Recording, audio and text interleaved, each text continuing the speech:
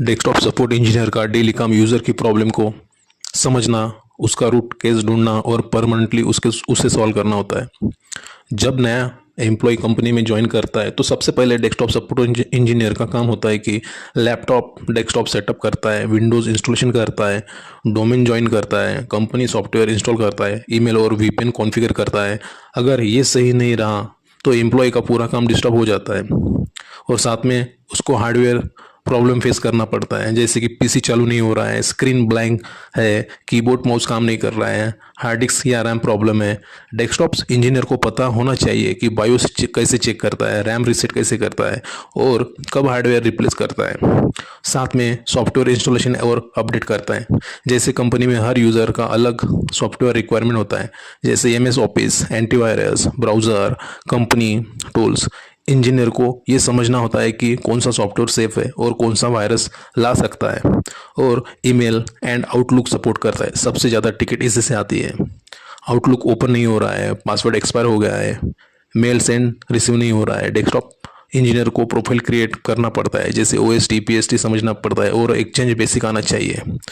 Internet का जो problem आता है उसको वो भी फेस करना पड़ता है। Network and internet trouble shooting करना पड़ता है।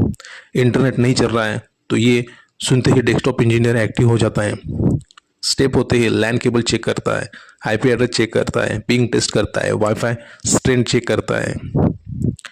19 प्रॉब्लम बेसिक ट्रबल शूटिंग से ही सॉल्व हो जाती है। और इसके बाद आता है उसको टिकट हैंडलिंग और डॉक्यूमेंटेशन रखना पड़ता है।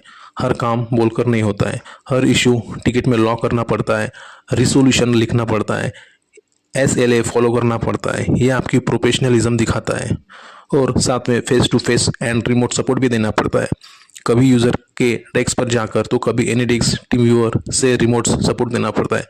यहाँ पेशेंस और कम्युनिकेशन से सबसे ज़्यादा ज़रूरी होता है कि आपके अंदर स्किल होना। टेक्निकल नॉलेज ज़रूरी है, लेकिन उससे भी ज़्यादा ज़रूरी है बिहेवियर, लिसनिंग स्किल, कॉन्फिडेंस। क्योंकि यूज़र पहले इंसान होता है और बाद में टेक्निकल प्रॉब्लम। और डेस्कटॉप के अंदर एक रियलिटी चेक करना पड़ता है। मोस्ट आईटी प्रॉब्लम बहुत स्मॉल होती है, लेकिन यूज़र ट्रेस में होता है। अगर आप क्लाम रहे, शांत रहे, तो वही आपकी सबसे बड़ी स्किल बन जाती है। इसमें करियर ग्रोथ मोटिवेशन होता है कि डेस्कटॉप सपोर्ट इंजीनियर से ही शुरू होकर आप बन सकते हैं L2 engineer, system administrator, network engineer, cloud engineer, सब कुछ पॉसिबल है। अगर आप आईटी करियर जीरो से हीरो बनना चाहते हो तो इस सीरीज़ को फॉलो करो।